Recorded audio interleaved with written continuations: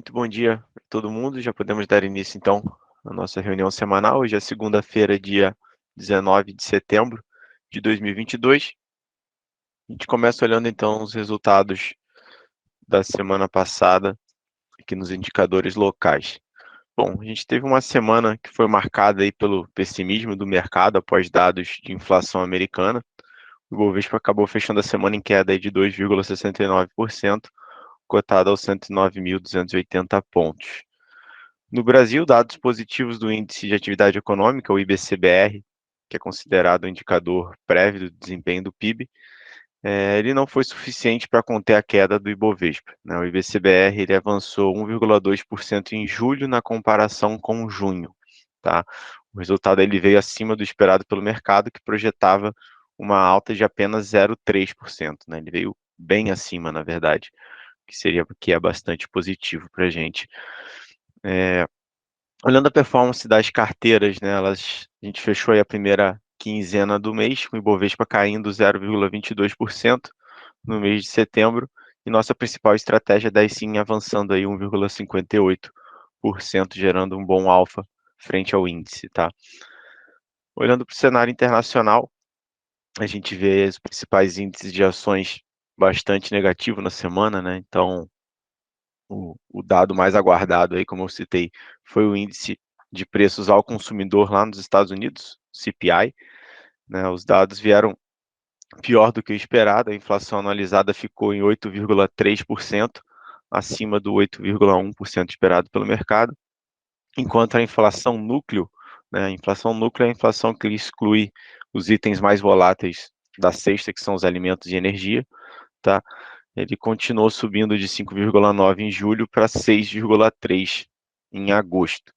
Tá? Com isso, a expectativa é que a reunião do Fed a gente tenha uma alta de 0,75 pontos percentuais na taxa de juros americana. Tá? A reação dos mercados foi uma forte correção nos índices globais, né? Então, tanto o S&P quanto as Nasdaq acabaram fechando a semana em forte queda, né? A S&P caiu aí 4,8% e a Nasdaq 5,8% também, tá?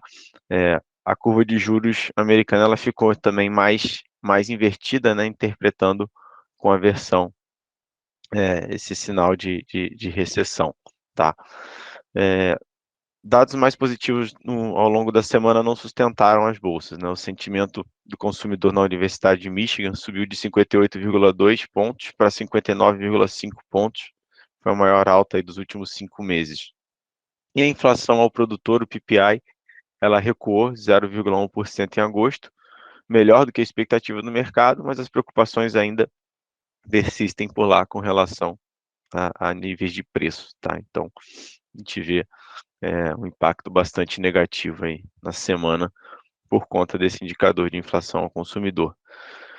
Já na China, os dados de atividade econômica também vieram melhor do que esperado. A produção industrial acelerou para um crescimento anual de 4,2% em agosto, ante 3,8% em julho, e as vendas no varejo subiram 5,4% após um aumento de 2,7% em julho. Apesar dos números positivos, o mercado segue cauteloso quanto à sustentabilidade da recuperação da economia chinesa, né? Os dados, de fato, deram um suspiro aí para a China, né, vindo acima da expectativa, mas, de novo, o que foi, de fato, o foco aí do mercado acabou sendo a inflação americana, tá? E o IFIX, ele fechou a nona semana seguida de alta por aqui, subiu 0,15% na semana passada, uma alta marginal, que foi impulsionada aí pelos segmentos de varejo e de agências. Os FIIs de papel integrantes do IFIX, eles tiveram um desempenho médio de queda de 0,01%, praticamente estabilidade, e os FIIs de tijolo tiveram performance média de 0,59, de menos 0,59% na semana. O boletim mensal da B3 ele informou um número recorde para o ano de 2022 de 65 mil novos investidores em fundos imobiliários registrados ao longo do mês de agosto. O número de investidores no mercado de fundos imobiliários está atualmente em 1,84 milhões, sendo a grande maioria desses investidores compostos por pessoas físicas, tá? Dando sequência aqui, vou chamar o Leandro então para comentar um pouquinho de moedas para a gente. Bom dia, Leandro. Bom dia, Gustavo. Bom dia a todos. Basicamente, o que a gente vê aqui é um reflexo do que o Gustavo já mostrou, né? Que são os mercados bem azedos, na verdade, né? Mercados bem tensos, aí com a expectativa, né? E com os dados de inflação que saíram nos Estados Unidos e com a expectativa da alta do Fed, né? Que antes estavam cogitando a 0,5%, né, mas hoje já mais de 85% do mercado já precifica uma alta de 0,75, tá? Então a gente vê o dólar aí subindo forte, 2%, tá? Atenção aí, clientes que precisam de dólar alto, olho nisso, tá? Chegamos aí no patamar de 5,25, euro subindo forte também, chegando perto aí a 5,26, preço super colado, e a Libra voltando aos patamares dos R$ 6. DXY mostra essa alta, configurando essa versão a risco, que basicamente o mercado já está trazendo com toda esse impacto aí dos dados de inflação e a expectativa da alta de juros, tá? Nas criptos, o mercado não podia ser diferente, né? Ele anda bem correlacionado com o mercado de ações nos Estados Unidos, então teve uma queda bem forte aí na semana no Bitcoin com -8 e o Ethereum com -17. Vale lembrar aqui que o Ethereum iniciou já o plano da sua nova atualização, e a atualização conhecida como The Merge já foi feita, né, mas não refletiu ainda nos preços, né? A maioria dos analistas falaram que essa atualização aí já estava no preço, mas a The Merge é só uma das etapas de atualização que vai revolucionar o mercado aí de criptomoedas e vai redesenhar toda a parte da blockchain do Ethereum, tá? Então, quem quiser saber mais sobre, vem falar depois com a gente, com um dos nossos assessores aqui, e a gente vai te deixar a par sobre toda essa situação do Ethereum, tá? O mercado de criptos aposta muito no Ethereum, inclusive analistas falam que é bem provável que esse preço da Ethereum até aumente com relação a Bitcoin, tá? Então, basicamente é isso. Então, a gente está na expectativa aí do Fed e ver o que vai acontecer com essa nossa inflação. Um abraço, valeu. Beleza, obrigado, Leandro. Dando sequência, então, chamar o Alípio aqui para comentar um pouquinho das commodities agrícolas para gente. Bom dia, Alípio. Opa, bom dia, Gustavo. Bom dia, pessoal, tudo bem? Vocês se lembram, mas semana passada eu comentei que ia ter o relatório do ISDA, né? Ia trazer bastante volatilidade para o mercado, e realmente não foi diferente. Os dados foram divulgados na segunda-feira da semana passada, só que os números vieram abaixo das piores expectativas dos analistas de mercado. Então, teve corte na produção, corte de produtividade, estoque da safra norte-americana também com problema, e os dados também em relação ao resto do mundo vieram muito ruins em relação à produção de grãos, né? O fator principal aqui é o calor e o clima seco durante o mês de agosto. Nas áreas de cultivo lá no meio oeste americano, reduziram bastante o potencial de soja e milho, né? Isso foi o que foi reportado pelo ISDA. Então, foi uma semana bastante agitada aí para o mercado de soja lá em Chicago. Quando a maioria dos analistas, quando olham o cenário agora, eles veem mais notícias baixistas do que notícias altistas em função de tudo que aconteceu, né? Então, o mercado agora passa a olhar para todos os vetores, todos esses dados, para tentar definir uma direção para onde que o soja possa ir. Apesar disso, a gente encerra a semana com 2,57 de alta, né, na Bolsa Brasileira, negociando a US$ 31,93 a saca. Segundo também alguns analistas, o que também dá uma certa um suporte para as cotações é a colheita no Brasil, aqui a colheita do milho safrinha que a gente encerra, o clima seco na Argentina também que postergou o plantio do milho, pode puxar mais a área para a soja, e à frente o início do plantio no Brasil, né? Então a gente começa agora, no mês de outubro, novembro e dezembro, o plantio da soja brasileira, né? Tá bom? Vamos lá, aqui em relação ao milho agora, os futuros do milho eles fecharam a semana com uma alta na Bolsa Brasileira, os principais contratos flutuaram na faixa de R$ 89 e R$ 96 a saca, a gente encerra aí a semana negociando R$ 89,85. Os produtores chegaram até se animar e trabalhar com os preços mais altos para o cereal após a emissão do relatório, né, que foi divulgado na segunda-feira, mas no decorrer da semana os preços foram perdendo todo aquele ímpeto, toda a força que foi apresentada na segunda-feira, muito puxado por Chicago, né? O mercado internacional segue bastante forte, necessitando de milho. Ainda muitas dúvidas em relação ao que vai acontecer lá na Ucrânia, né, na Europa, na Ucrânia, na Europa e com a China também, já que todos têm problemas, né? Então vai haver uma produção de milho mundial menor do que a demanda, o que vai obrigar a produzir mais milho. Isso é o que dizem a maioria dos analistas, tá? Em relação ao boi gordo, uma queda de 2,73 no semanal, negociando a R$ 304,70 a arroba do boi. Os frigoríficos eles alongaram as escalas, né? E ainda eles ditam o ritmo dos negócios em algumas regiões. O mercado físico encerrou com preços estáveis. Esse preço que a gente vê é o preço na Bolsa Brasileira. Nos estados de São Paulo, Mato Grosso e Minas Gerais, continuam acontecendo algumas negociações acima da referência para animais que cumprem requisitos para o tipo de exportação, né, que é o boi China que a gente fala. Já nas principais praças de produção aí no centro-oeste, no norte, o cenário segue de pressão ainda baixíssima na arroba do boi, ela persiste bastante em função dessa folga aí dos frigoríficos que seguem ditando o ritmo dos negócios, tá? Já para o mercado do atacado, que é o mercado que a gente percebe no mercado aqui, né, os preços continuam firmes, embora a segunda quinzena do mês é um período que os preços tendem a cair, mas o mercado ele precifica bons negócios daqui para o final do ano, em função que seja um período festivo, ainda tem questões de Copa do Mundo, então isso deve puxar o preço, pode, né, puxar o preço das carnes para o final do ano.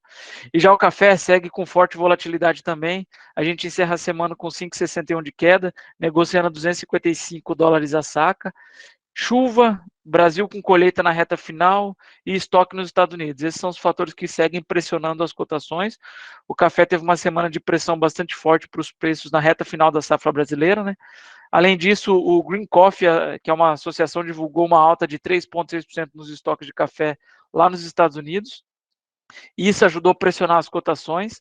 Além desses fatores, previsão de uma rodada de chuva no Parque Cafeiro Brasileiro nos próximos dias, há essa expectativa.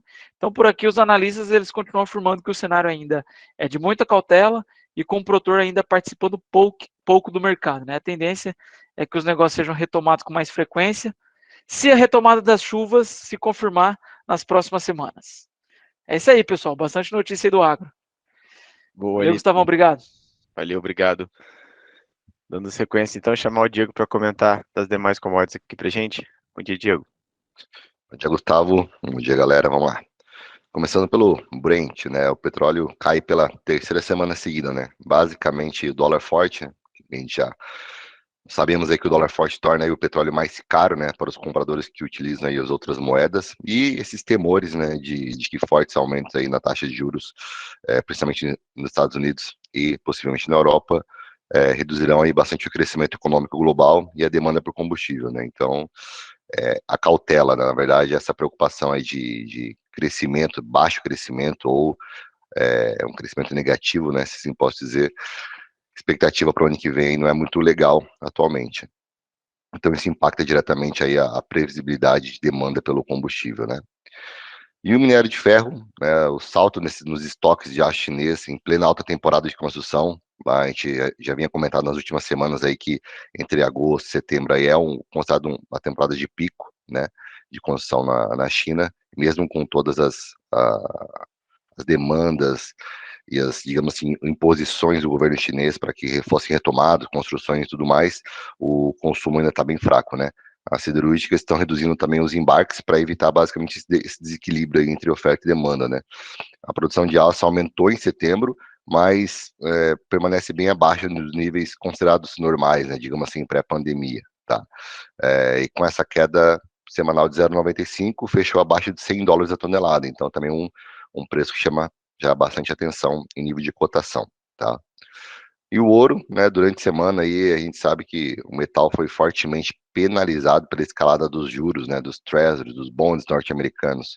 Só para vocês terem uma ideia, o T10, né, que é o que a gente utiliza como referência, que é o principal vencimento, né, o bond de 10 anos norte-americano, fechou na semana passada por volta de 3,48%, né, já buscando o seu pico ali de junho desse ano, né, foi 3,49 e agora há pouco estava olhando o futuro e já está em 3,50, ou seja, batendo um novo recorde, né, então a gente sabe que a curva lá sentiu bastante, justamente por essa possibilidade de um Fed, né, um pouco mais hawkish, né, e o dólar também, né, forte em meio a expectativas de um aperto monetário como eu falei, mais agressiva nos Estados Unidos, né? Então isso fez com que a cotação fechasse abaixo de $1.700 a onça, né? Então uma queda semanal de 2,61. Ou seja, todas essas notícias aí que o Gustavo já comentou, essa expectativa de um Fed um pouco mais hawkish e os dados, né, que vieram não muito positivos aí em relação à inflação nos Estados Unidos, fizeram com que todas essas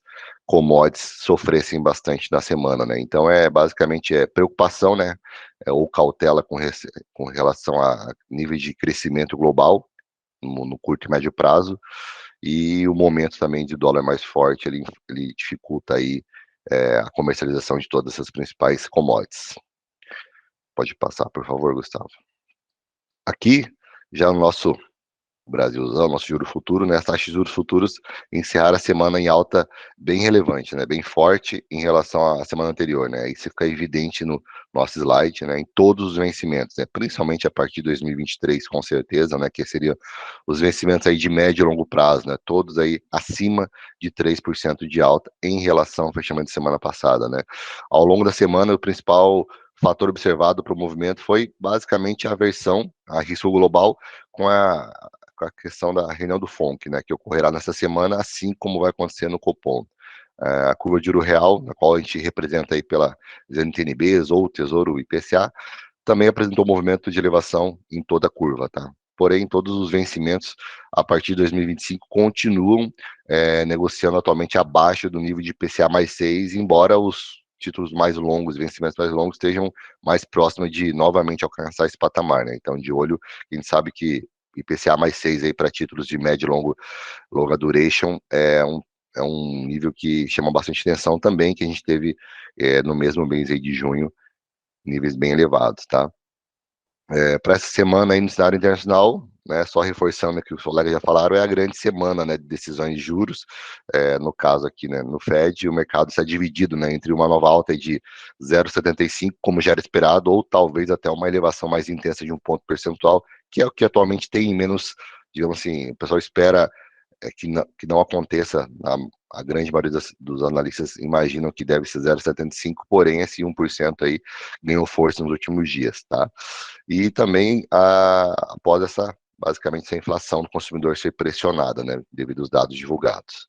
E aqui no Brasil, destaque será o nosso Copom, né? É esperado por grande parte do mercado que a taxa de juros esteja mantida, tá, em 13,75, interrompendo, assim, de fato, né, o ciclo de alta que começou em março de 2021, né, um ano e meio de um ciclo de alta, digamos assim. O cenário base da maior parte dos analistas é que a inflação vai seguir uma trajetória, digamos, de queda ou de estabilidade nos próximos meses, de forma que o Copom possa começar a ter fazer redução de juros no segundo semestre do ano que vem. Essa é a expectativa da maior parte do mercado e também o que a gente consegue ver aí na curva e níveis de inflação implícita, tá?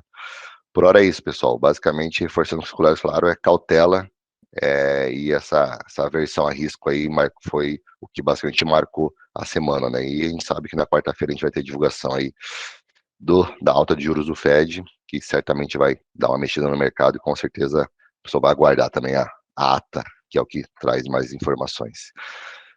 É isso aí, boa semana a todos.